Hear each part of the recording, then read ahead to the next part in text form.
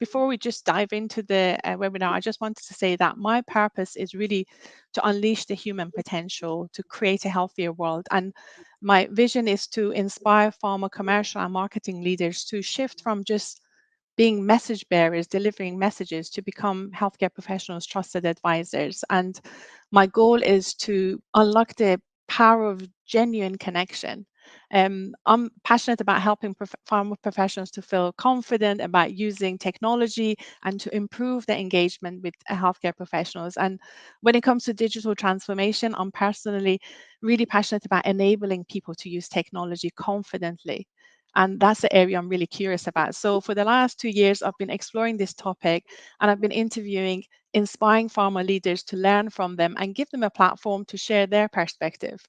And I'm so excited and delighted to have Marco Andre, Global Head of AI and Marketing Excellence from Novartis here with me. Hi, Marco. How you doing?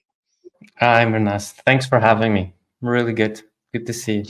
Do you know, I'm so excited because you're quite unique. You've got huge experience in AI and automation, but you also bring like refreshing humbleness about how you use that and bring that into pharma. So I'm just want to give you a little bit of background to Marco if you don't know him, which I doubt because most people have been exposed to your content one way or another. Marco is Global Head of Marketing and Generative AI Excellence at Novartis. He's a keynote speaker, he's an AI advisor to executive, and is a published author. He's worked over 20 years in companies such as Google, Procter and Gamble, and YouTube, where he held local, regional, and global roles in marketing, sales, partnership, and operations. And outside work, Marco is the author of the book Imperfect Stories and builds a ton of Lego. His actual Lego entrepreneur, and he's a proud owner of more than 20 sets. You can see them beautifully lit in his background. And I think your favorite, Marco, if I'm not mistaken, is Star Wars Millennium Falcon, right? It's 100%. It All right. takes a very prominent display there. Yeah. Marco, when I introduce our speaker, I often try to reflect back to see how we met. And I just wanted to share with our listeners how we met. I think I first met you in person in Dubrovnik in May this year. You did two presentations. I'll never forget. On day one, you were doing a talk about generative AI. And I think the title was called The Hype is Gone. It's time to grieve. And I Mhm. found your presentation so entertaining. You had me sitting at the edge of my seat, and it was fast paced, but it was really engaging. And I think you had the highest score for the upfront presentation in the entire 2 day. And on the second day, you had a brilliant interactive panel discussions about learning from failures. And I loved your sessions. I thought you are a brilliant presenter. Your sessions are fun, they're interactive, and you also keep it very real. So Thank you. I guess that's when we met for the first time, right? I mean, I Mm. follow you on LinkedIn and I love your posts, but I think in person, that's where we first met. So, Marco, I've got a bunch of questions for you. But it's not Sure. about us having a conversation here. This is a live event. So I really want to encourage our listeners to join in. So, Laura, Eva, and anybody else who's listening, this is your chance. You've got a total expert here. You can ask him any questions, particularly if you've got any burning questions relating to AI. There's your chance to talk directly to an expert. So I would encourage you to write your questions because we would bring them into our conversation. There might be a time delay between when you write it in LinkedIn and when we see it in our studio, but we might make sure we cover those. But also, as Marco shares his perspective, if you agree with him, maybe give him a thumbs up. If you disagree with him, maybe share why you do, because I think it's more interesting when we don't always agree with each other. Make it more real and interesting. What do you think, Marco? Sounds good. And it's totally okay if you disagree. I actually like it. All right, perfect. So again, we can have the question. I've got a few questions ready, so I can kick off the conversation, and then we will bring the audience questions into this conversation. What do you think, Marco? Sounds good. Let's do it. Yeah. So let's start with your career because your career spans across a range of industry, from consumer goods to digital marketing and now pharma. What's the key lessons from the time that you spend in these companies like Google or Procter and Gamble, and how's that shaped your approach to digital transformation in the pharma industry? Hmm. It's interesting because I think when you work in a corporate environment, you can decide, do you want to be a rebel? And if you're a rebel, you probably should be on the outside, or if you want to bring people along. And I think there's this myth that has been created that everyone loves change. That's absolutely not true. Uh, Change is actually quite hard. There's a very privileged number of people, percentage of people that love change, but the reality is most of us don't. Or even if we don't mind change, we know it's painful. So I think the important thing, as I went through all of these companies, was one, realizing that I didn't want to be a rebel. I wanted to be part of the system, but manage the system, bring change and innovation along. Digital is just one of them. Now we have this wave of AI, and bring people along. I think the second thing that I've always tried to do is include literally everyone. And it's not just out of inclusivity, it's because it's actually better for everyone. Go to the most senior person, go to the most junior person. Go not only to your line function, go to HR, go to finance, go to sales, bring everyone, because the more you bring those people together, the more they see the shared value. And I think the third thing is just a certain point realizing that we are living in a time and in a world, and I think that's being amplified, where there's this metaphor that I showed you in Dubrovnik. We are telling the waterfall to stop, to be like the lake, but the reality is the waterfall is not going to stop. It's the generation where we live in. And I think in companies, it helps understand that.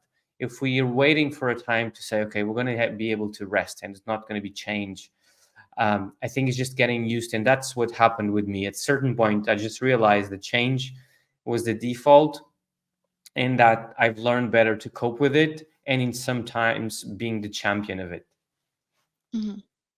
I think that there are three valid points. You said change is uncomfortable, um, and bringing people on board, everyone, is key and is futile. Sometimes resistance is futile, is going to happen whether we like it or not. So did you observe anything differently in your previous companies in terms of bringing people on board? Because that's key. You know, they say you want to go fast, go alone, you want to go far, take everyone with you. um, lessons did you learn from working in previous, industries, and how can we maybe incorporate them in pharma to make sure we're taking everybody along with us for the change journey? I think size is a blessing and a curse. When I joined Google, it had 20,000 people. 10 years later, it had 300,000. Wow. So it was very easy, as you can imagine at the beginning. The global marketing department where I worked had 300 people when we started globally in a company that was making probably 7, 8 billion a quarter. So it was relatively easy to keep those kind of close connections. As it grew, it is incredibly hard. So you start relying way less on people and way more on culture. I think the Hmm. way a lot of companies try to tackle it is with process. And Hmm. process has its usefulness in some things, but there's nothing like culture. Because a process, by definition, is very difficult to have processes be completely exhaustive. Whereas if you have culture, if you have guiding principles, people will understand what to do in a given situation. I don't remember the name of the gentleman, but I think he's in the UK. He was the CEO of a retail brand. And he said, the only thing you can't do in my store, if you're a store manager, is to throw in a party. Everything Hmm. else you can decide. But it takes a lot of effort to create that culture and create those guiding principles, because with size it's very difficult to rely only on processes, and if you rely only on processes, at a certain point the processes will fail. Hmm. Yeah. So that means giving autonomy to people to make decisions, doesn't it? That culture. if they I can think do you need to give anything. autonomy, Yeah. but also give examples. I Hmm. think a lot of, when you talk about certain principles in action, you need to give examples. Okay, this principle, what does this mean? In one of the companies I worked for, P&G, we had something called purpose, value, and principles. And sometimes when we had really difficult discussions, people would bring on the principles and they would analyze a certain decision at the lens of, is this aligned with our what they call the PVPs. So you need Hmm. to get those examples and put them in practice rather than having shelved or very nicely on the wall, which happens sometimes in some companies. Yeah. Do you think we've got that in pharma? Do you think we've got that culture that allows people to make decisions and follow the guiding principles? I think the fact that it's a regulated industry makes it harder Hmm. to do that. Where I have seen pharma companies doing well is when they realize that within a certain regulatory framework, they allow people to rethink processes with the lens of technology. So if I Hmm. think about the example of AI, a lot of the mistake we do, not only in pharma, I mean other industries, is we throw technology to broken processes. So what happens? The broken processes just appear even more broken. Hmm. So what you need to do is rethink a process through the lens of AI. So an example, there's no point of, if we're producing content in the pharma industry, to produce content in a third of the time with a third of the cost. If then we push that for an MLR, a medical legal review, that takes the exact same time.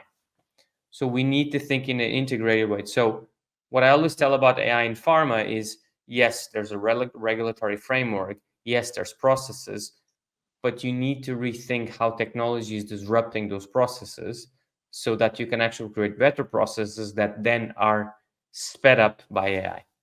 Hmm. I love that. I think your key sentence was, we're throwing AI at broken processes, so we notice the broken bits more. We have to rethink the processes with AI in mind. And it's amazing the speed that is coming our way. Like you said, it's like you can't stop the waterfall, it's just happening. Yes, So 100%. in your role in Novartis, can you tell us a little bit more about your role without giving any secrets away? Because I'm Sure. just curious to see how you leading the way so we can learn from it and benefit from it. Sure. So for the last 2 years, I started by being responsible for all the marketing capability training across the company. And then shortly after I started, I think in December 2 years ago, I started noticing this AI wave. And I started a bit by chance and by desire to go across the company and say, okay, there's this AI is coming, is changing completely. Now, not only what do we do in marketing, but on every function. So I started to go to every function, role, certain countries to actually train people about AI, what it means, how it changes our go-to-market, the dynamic with our patients, dynamic with our customers, and that's what I've been doing for 2 years. Not only assuring we give that awareness and capability at scale, but also myself with the senior teams doing that kind of training. And it's been interesting because obviously, as you can imagine, 2 years ago, if I would go and do that with a team, they thought I was crazy. What is he talking Mm, about? And obviously nowadays is a topic that fortunately is way more on people's minds, and people are starting to be a bit less fearful about it, understanding more about the possibilities. And that's what I've been doing. mm. That's really interesting. So you saw the impact of this being just far beyond just marketing. So, how do you see AI reshaping not just marketing, but the entire business model for pharma companies like Novartis? I think in these things, I when we talk about go to market, where we should start is see where the market is going, quite literally. And what you start seeing with some of these tools is that both patients and HCPs are going to become super patients and super HCPs. They're going to have access to information at the touch of a button in an incredible way, like they've never had before. So as soon as you start seeing, it's like when you and I, probably in the early 2000s, 2006 maybe, we started slowly switching to mobile. One of my Hmm. previous companies, Google, we used to say the world is going to be mobile first. And when they started saying that, we laughed. Well, it turned out to be mobile first. You spend way more time at mobile than on desktop nowadays. So I think here is the same. If we start seeing that, let's take an example, a doctor will now go to some form of GPT and get the information he or she needs very quickly, by opposing to go to an HTTP portal, which they need to remember the URL, get a password, sign in, look for the information, download for the information, and scan. Hmm. You can just really think, okay, is this really going to exist when they have access to this? Same thing with patients. Patients will be incredibly more informed. I told this story of this lady that went through 17 doctors during 3 years to diagnose her her son, and she was finally able to diagnose it by putting the exams and notes into ChatGPT. So you have this power of patients being super informed, which it's gonna make them ask very, very difficult and insightful questions to HCPs, which makes us, as pharma industry, needs to be in our toes to give that information to them in the way that they consume it. So just on this little cycle, you see massive changes coming on the Hmm. commercial side. Obviously, on the R&D side and the drug development side, there's also, with the advent of AlphaFold, all of the development cycles will probably be much faster. You're using AI to do a lot of tests in silico. So I think that wheel is also moved quite quickly. But what I think is going to impact the most, and it's happening already, is on the commercial side. Mm. I'm using ChatGPT for more and more. It's become my go-to tool rather than Google now, and I find the if HCPs and the patient's going to go to these large language models for finding answers to their questions, we just need to make sure the content, the correct information is there, so it doesn't hallucinate or point you in the wrong direction. With the speed of approval and content creation in pharma, how can they use AI to bridge that gap so they can actually provide relevant information at speed, so the information is there when people are searching it? How do you think we can overcome that? If you take the example of this conversation we're having right now, in another world, we would finish this call, take notes, and try to turn this into some form of written content. If you think about right now what is happening, or we are getting a transcription from this call directly at the end at the touch of a button, that will give us insights. That's already good because it won't be biased information. It won't be just Mm. information that you and I remember. It will be pure transcription. So from that, we can create a piece of content, probably using a GPT, that, yes, of course, a human will need to review, because we don't want to have an hallucination or misquote what you said or what I said. So if I Mm. take this into pharma, it's exactly the same. It's, you can use these tools to accelerate parts of the process, knowing that you always need a human in the loop. But just on this little example, you can already see that what we think is biased, which is something we know that AI has, it's propagate bias, but probably the notes that you or I would write would be less incomplete, less detailed than what's happening right now. Yeah, it's a really good example because I use AI for note taking on meetings, and I find 85, 90% is correct, but it's not 100% accurate. Sometimes it just says things that never happen in the meeting. But I was thinking about the name of these tools, like Copilot. I've not started using Copilot, but I love that because a Copilot is means the human is the pilot. This is the Copilot because AI would enable humans to do more. So it would reduce the mundane administrative tasks but allows us more creativity time, which I think it would increase our productivity overall. So I'm really excited about that. But let's see the question from Ava.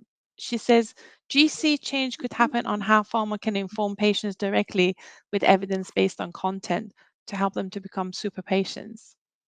And she's talking about outside US because in US there's already direct to consumer communication.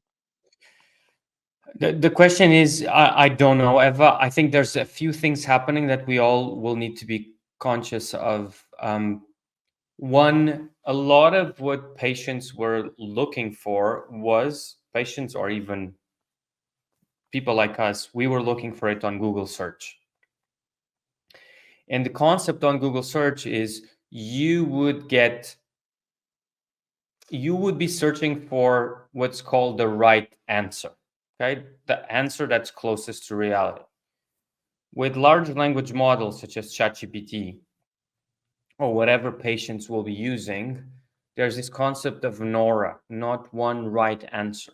So the answer is not so much aiming to get the right answer, absolutely, but is the right answer for you, to what they know about you, the context that you've put before, the most updated information.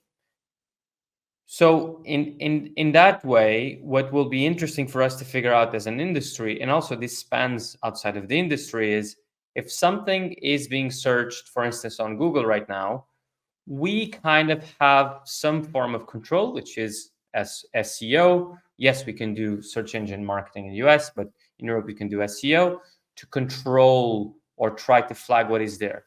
There's going to be a whole new discipline which will be called something like LLM optimization, in which if someone, a patient or a doctor, is looking for a certain kind of information on a specific drug, we need to make sure that the information is accurate. If not, you can obviously have massive repercussions. So I think that can happen. I think traditionally in Europe, we are very good with regulation. Europe was one of the first whole, let's say, group of countries coming up with AI, with the AI Act. My concern is we put a lot of regulation, which doesn't leave a lot of space for innovation. So the answer is I don't know, but I'm seeing the shifts already happening. Yeah. Mm. Thank you for that. I hope that answers your question. If it doesn't, Eva, please write a comment to let us know. But again, it's going back to your analogy of waterfall. When you're searching information, whether it's in US or Europe, you can access this anyway. So you can't really stop patients not reaching out for the sources of information in US. So you can't stop the waterfall, can you? No, I don't think you can. And the sooner we follow it, the Mm, sooner we will be, as a society, we will understand that where things are going and we can prepare for it. I always give mm, this example of the millennium bug, 1st of January 2000, in which mhm, we knew that at midnight on and 31st of December 1999, everything would falter, right? Because mm, laptops, and that time desktops, they were not prepared for that change in date. So of mhm, course we had time to prepare. We put procedures in place. We did the updates we had to do. So we managed it. My concern with AI is if we keep, and a lot of us, I understand, are in that kind of denial that this is just going to go away. We're not preparing and we're losing actually opportunity, not only as business but as society, to move somewhere where the market is going, where patients are going. mhm. It's like trying to regulate something you can't even control, isn't it? Yes, 100%. Mm. So, Marco, tell me, you've been working with the billion-dollar brands and led digital marketing before it was even mainstream. How would you compare the challenges of digital transformation in pharma versus other industries like consumer goods or technology? I think the nature of pharma is slower. We all know that for very valid reasons we have to do with regulation. In technology, we were talking about software. A minor update on a YouTube algorithm doesn't have impact on lives. If you Mhm. go to consumer goods or if you go to food, that takes it up a notch, obviously. There's things that you can do that can actually affect consumers' lives. If you go to pharma, even more. So that's the I think that's the differences. Now, people normally say that pharma has a lot to learn from tech, and I think it does. But I think tech also has a lot to learn with pharma. Mhm. Tech is becoming increasingly regulated, as it should. So it could learn Mhm. from pharma how to operate in a regulated industry. I think my wish for pharma, and the reason I came from tech to pharma, is a single 1% increment in speed in the go to market has a huge impact. It can make a drug go faster to the market, which means you either save someone's life, you increase their quality of their life, or extend their life. So that is why I always push to thinking, okay, if it's not a good motto, move fast and break things as you do in tech, but I think in pharma is move slightly faster and test new things to discover new outcomes. That's what I've been trying to imprint in pharma, and I think Mhm. AI is the perfect way for us to do that. Yeah, it's really interesting you say that. I was talking to two healthcare professionals this morning about this very topic, and they were saying that, as a doctor, if you're caring for one patient, if you make a bad decision, you harm one patient. But as you become a senior person, like in charge of a population, your bad decision could make a huge impact on a larger population. And they were saying pharmaceutical leaders at regional, global level have that same power because, in the same way, they feel pharma has a moral responsibility to make sure quality, effective, cost effective medicines reach the population so they can have benefit, longer life, or prevention of disease. So is a two side to the coin. We have a duty of care not to harm patients, but we also have a duty of care to give access to those medicines to those patients. And there's a right balance between regulations, but also um, moving a little bit faster. So I like the way you're looking at this. We've got a comment or a question from Stefan. So Stefan says there's a need not only for LLMO, there is the urgent need to get relevant information considered by the models in time. What would you say to that comment, Marco? I think, hi, Stefan, good to see you. He's absolutely right. I think a Mm, lot of what we don't know right now and we feel is whatever these models use, we starting to get more wherever they use a source of data to be trained on. But right now, what is a bit of a black box? Yes, we're kind of knowing the data they're trained on, but we don't know how it's processed and ultimately how is it served to patients, to consumers, and to people like us. So all of that at a certain point needs to be clearer because simply we can't interfere. It's again going back to the example of search engine optimization. For many years, we knew the basics of how would the model work, but we didn't know completely. So obviously on that, there was huge companies that were trying to go into it. They never had access to the algorithm, but they knew certain practices would lead to good SEO positioning. I think the same will happen with AI. And Stefan is right. We need to get access to that information and understand how is mm. that information being processed and served. Marco, for benefit of everyone, do you want to explain what LLMO stands for? Sure. LLM is a large language model. So generative AI is by definition one form of a subset of AI, which is deep learning. And a large language model is the representation of generative AI. Generative AI is a very simple, in a very simplistic way, is out of something, I generate something. A large language model example is ChatGPT. You go there, you ask a question, and you have a way to interface with generative AI. That is what a large language model is.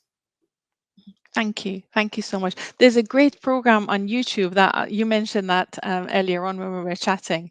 I find that quite good. I've only watched one episode, but I just find it so fascinating. Have you watched the whole series, Marco?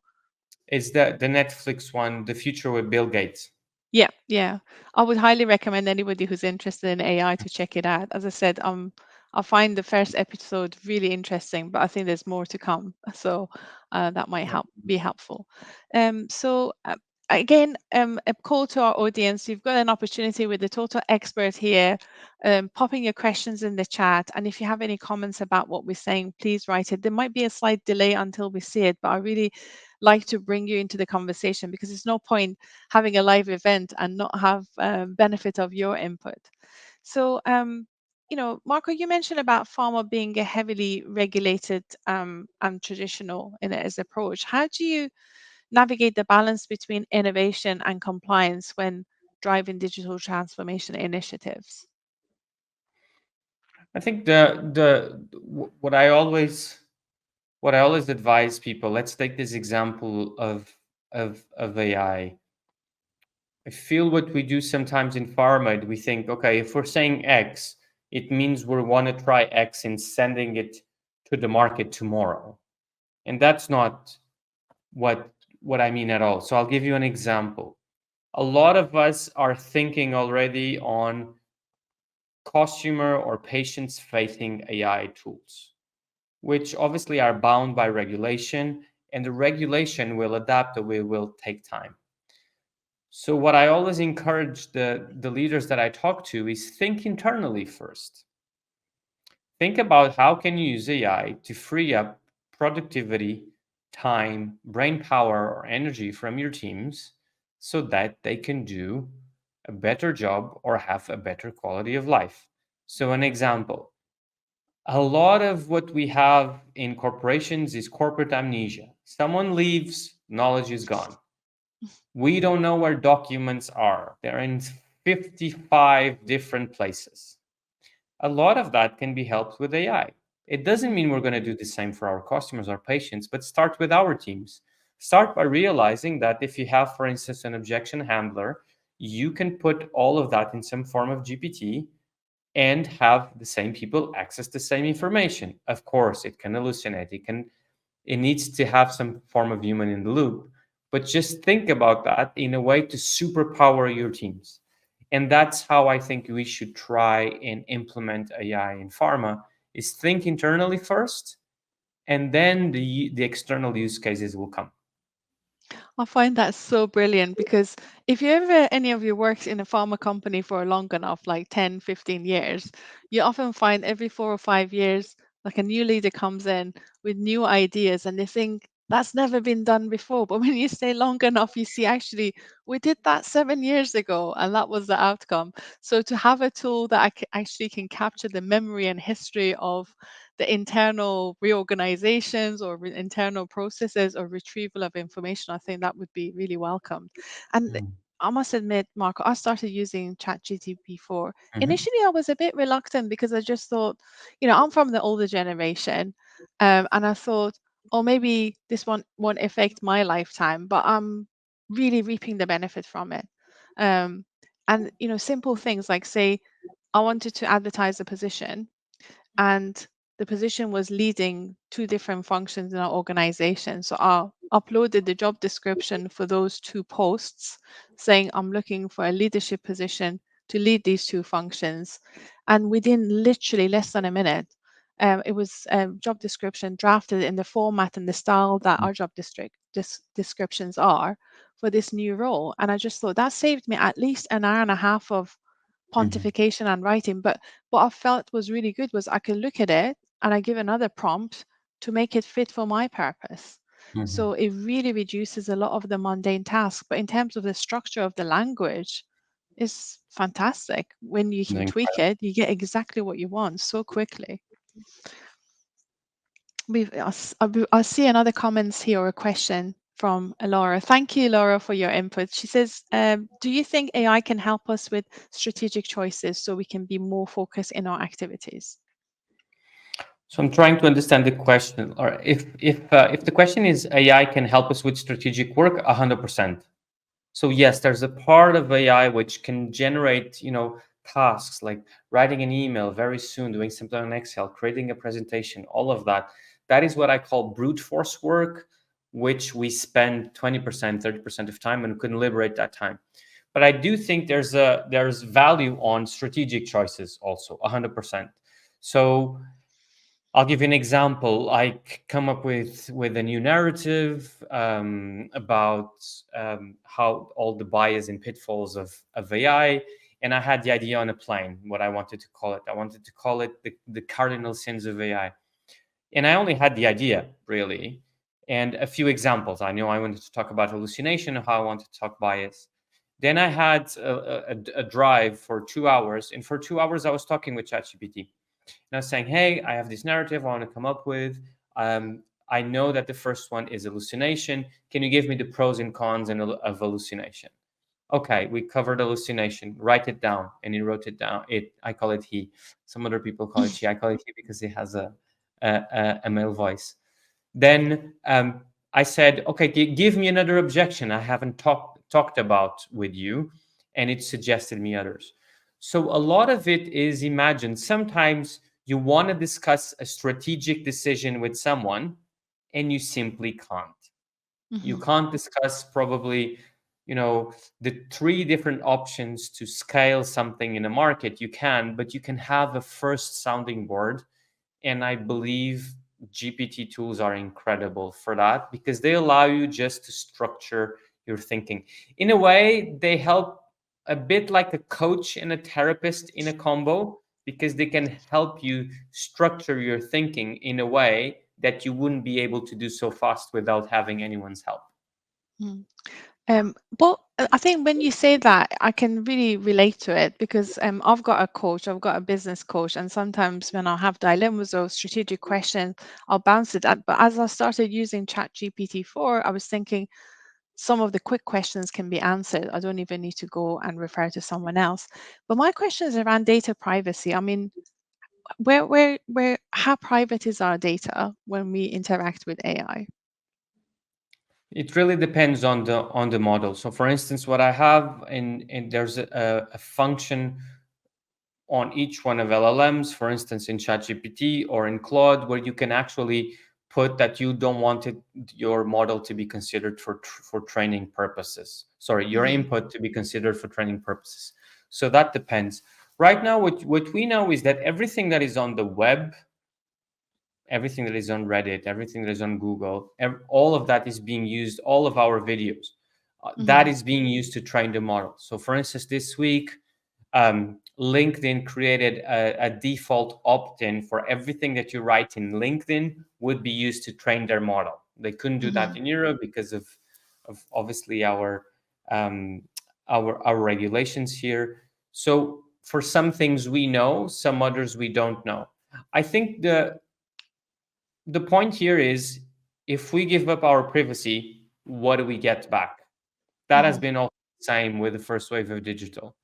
If we start realizing that all these models are just being trained in our data and we don't get anything in return, I think that's going to slow down the adoption of technology. Hmm. I think there's a middle way in which, yes, we can give our data to train these models, but get something in return in the form as we were discussing to do strategic work, to reduce the brute force work. But there's going to have to be a balance. And I do think there needs to be regulation, either created by governments or also created by the technological platforms that are developing these very powerful AI models. Hmm.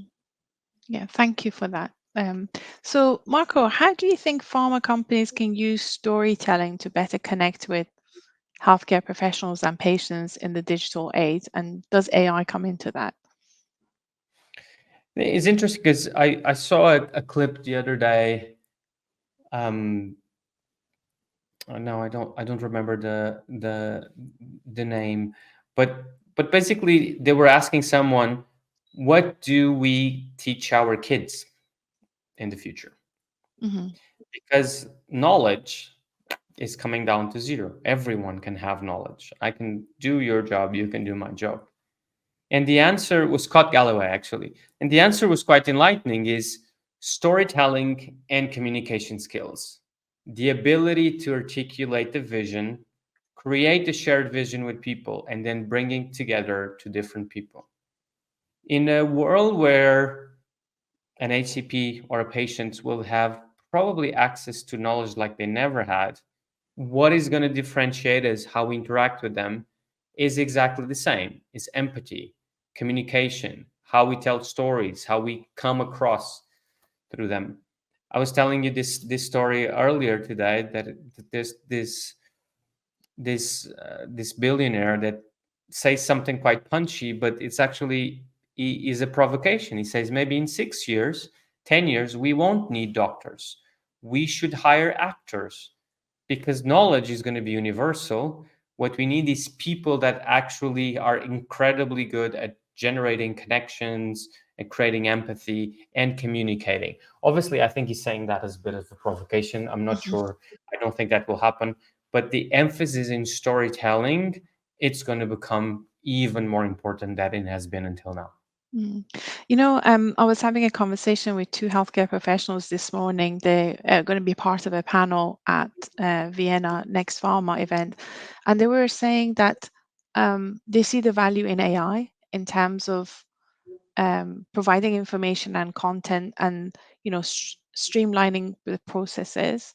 But they said they need a human. They need a human because they find it trust is built not necessarily through logic, it's through emotion. And they felt that enabling the field team to have access to AI and speed of that information would help to build trust. But they said you can't just have AI on its own. If they watch Mhm. a presentation with a bot, they're not going to trust it, but they would trust another human who have access to that information. Um, Again, the waterfall's coming. We don't know how that's going to change the new Gen Z generation of healthcare professionals because these people were there in their later stage of their career. But how do you feel in terms of what's your thoughts around generating trust, creating that trust and a human emotion? I think again is how we see AI. For me, AI is a set of superpowers that will allow me to do my job better. So, for instance, if we're talking about Salesforce, it can superpower how I go prepared for an interaction. Hmm. So, imagine that I am starting to get way more insightful and deep questions from my HCPs. I want to be prepared when I go into the discussions. I don't want to be caught off guard. So again, it's not putting AI in front of it, is AI is on the background, helping me to be better at my job. It's similar to what we were discussing earlier about being internally focused. It's not necessarily that AI is going to replace us right now, or it might be that at a certain point it will replace us. I don't know. But right now, it really helps us prepare much better for doing our jobs. And Hmm. I think this applies to sales also. Yeah. You said at the beginning change is difficult, and I think there's a bit of a fear and hesitation about adopting AI by field force because they fear that it's going to replace them. And I think it requires a culture and change management to communicate that AI would not replace people, but an AI-enabled person would replace a person who's not AI enabled. It's just going to be the new ways of working, so we need Mhm. to get our arms around it. But again, there is an internal challenge, Marco. How do you help senior pharma leaders adopt and embrace digital transformation, especially those who are hesitant about new technology and AI? Because some of the issues are internal at senior level. Mhm. I think we need to I talk about this, getting them in a room. You need to get people to use the technology, see what it implies to them, get them in front of laptops, interact with it. There was Ethan Mollick, a famous Wharton professor that is very big on AI, and he was saying the biggest barrier to adoption of large language models is senior executives not using the technology. Because what we don't know, we fear. That's just, Hmm. and this is not about the executives being bad or any, it's not. It's in a world where you're being pressured to deliver daily, to manage teams, to deliver results. AI seems a bit like of a luxury, but it is not. That's why Hmm. when you flip it and you go with them and sit in front of them and explain, listen, it doesn't, the fact that you now can create a video in 5 minutes, it's not that you can create a video, but that changes your whole value chain of content production. So, what does that mean? So he or she start thinking, oh wow, okay, so I should be thinking about this differently. I should start asking, which roles should I have? Which partners should I have? How do I get this technology? Do I Mhm. partner with someone? Do I build it myself? So I think that's what we're, as society and as in business, failing. We're not investing enough in capability. We're not investing enough on getting people to understand what I call the examples. And from the examples, there will come the use cases. I think Mhm. we're dramatically focused on the tech and the data and the use cases at corporate level without really understanding technology. And I think that's what we need to do differently. Yeah, I think sometimes we focus too much on the technology itself and the skills. We forget about the mindset. You need to have a different mindset to think differently about Mhm. these opportunities. And anything that is deemed as a threat is also is an opportunity. It's just how Mm, we choose to look at it. We determine our, outcomes and results. If you see it as a mm. threat, you avoid it. If you see it as an opportunity, you go and explore how you can use it in a strategic way, not just the tactical stuff. So again, I encourage our audience to pop in their questions. I'm finding this really interesting learning from you, Marco. Um, but I was going to say, let's talk about your book, um, Imperfect Stories. You focus on the beauty of imperfection. And I really love that because I think in pharma, we always seek perfection. Everything has to be just. But in is a value in experimental learning. I often find I learn more from my mistakes than when I get things right the first time. And how do you think embracing imperfection and a culture of experimentation can benefit pharma companies who are trying to get their arms around digital transformation? What prompted me to write the book is because a lot of the world of business, how we grow up in school, how we are trained to think, is that we have to have everything figured out at any given point. And obviously, the rise of social media in the last 15 years really amplified that. And the reality is, you're seeing way more stories of people that they didn't have it figured out at some point. They don't have it always figured out. So we created this artificial pressure to have everything figured out at the same time and Hmm. always being perfect. So that's what prompted me to create some of these stories, to realize that there's some moments where you don't have figured out, and that's okay. I think when we talk about the pharma industry, obviously that carries a different weight, because you can't say, well, if you fail, actually lives are at stake. And that's very true. And we should be respectful of that. But when I think about technology, some of the things we were talking about is we can do better at realizing that, yes, there's a pro for technology, but there's also a con. And I feel we over index on the con. So I'll give you Hmm. one example. Um, when we talk about bias, for instance, technology propagates bias, AI propagates bias. Well, who creates the bias is actually the humans based on the decisions. Then the AI is trained on the data that has those biases. And the reality is, you can then use the technology to bust the biases. Look at the story of Viagra. Hmm. Viagra was, at the first stage, was an adverse event. Some human noticed it and Hmm. actually became a drug that helped millions of people. I think is the same. I think in pharma we can do a better job of thinking, yes, there's a con, but what is the pro, and how can we bring them closer to the middle rather than immediately stopping it just because there is a con? Because sometimes there's a way to make the technology work for us and in a way that benefits everyone in the industry. Yeah, I totally agree with you. And I think Laura gives you a big thumbs up. She says, take the first step, even if you can't see the whole staircase. That's a very good We've one. got a comment from, sorry, I've just jumped in. There was a Ever. comment from Eva.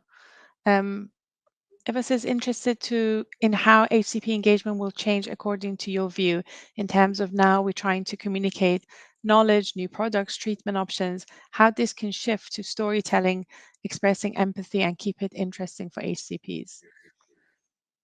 I think it's going to be incredible. It's a very good question, and I think it's going to be incredibly hard to keep it interesting because they will access the information they need in the format that they need with the context that they have in their tone of voice in a series of seconds.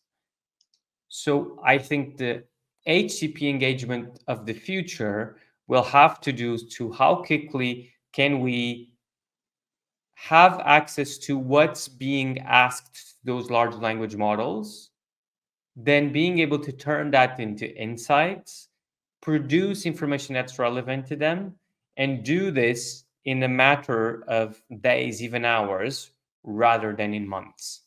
I think that's where, and we have the tools to do it, but at an organizational standpoint, we are not able to do it. So if we're having a discussion now, and I know that Eva asked this question, and a lot of people ask this question, I should be able to immediately generate a document that answers this question and gives you 3 or 4 different scenarios of how HCP engagement is going to change. And I need to feed it back to you in the shortest time possible. I think that's what HCP engagement is going to pivot to, and we need to work very, very hard to achieve that. Mhm. Thanks for asking that question, Eva. And I think let's keep asking ourselves these questions because that's the only way we're going to come up with new solutions and innovate. And hopefully the AI can help us. You know, I can't ignore Marco. You've got a massive collection of Lego behind you, and I know you're really passionate about it. Um, what do you love about it? Does it help you unwind, or tell me more? Why you love it so much? It really helps me unwind.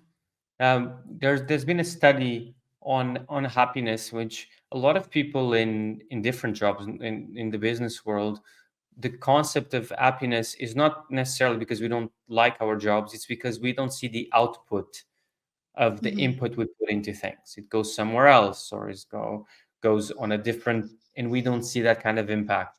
For me, Lego, what does is allows me to build something with my own hands, which I follow instructions, so I don't use so much brain power. I'm not that creative with Lego. I'm creative on other things.